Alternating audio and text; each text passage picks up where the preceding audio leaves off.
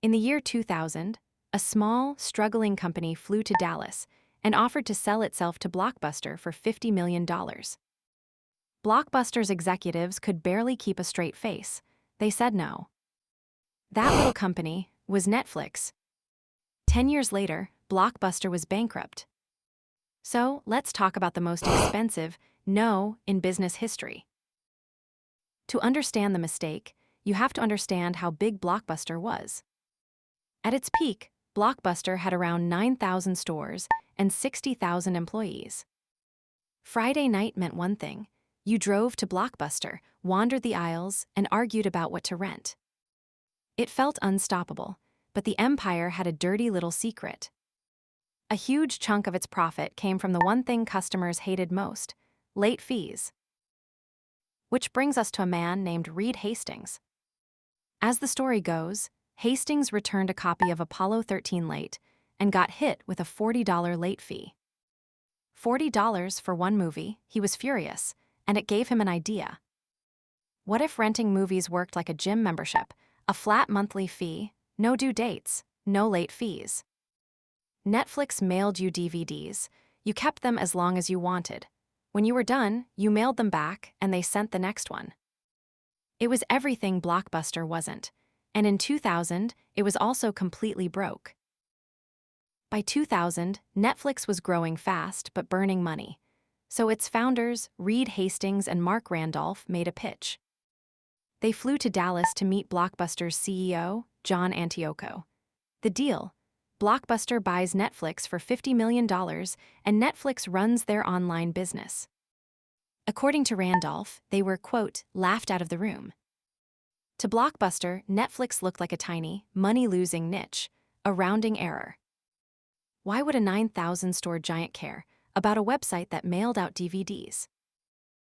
Now it's easy to call Blockbuster stupid. They weren't.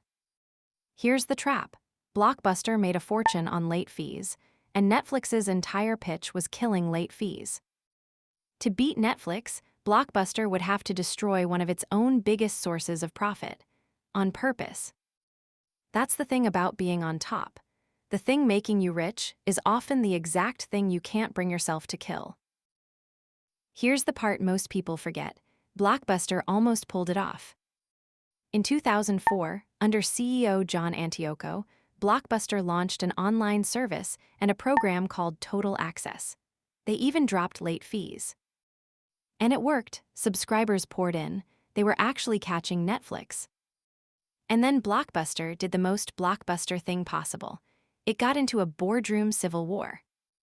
Activist investor Carl Icahn clashed with Antioco over how much all of this was costing.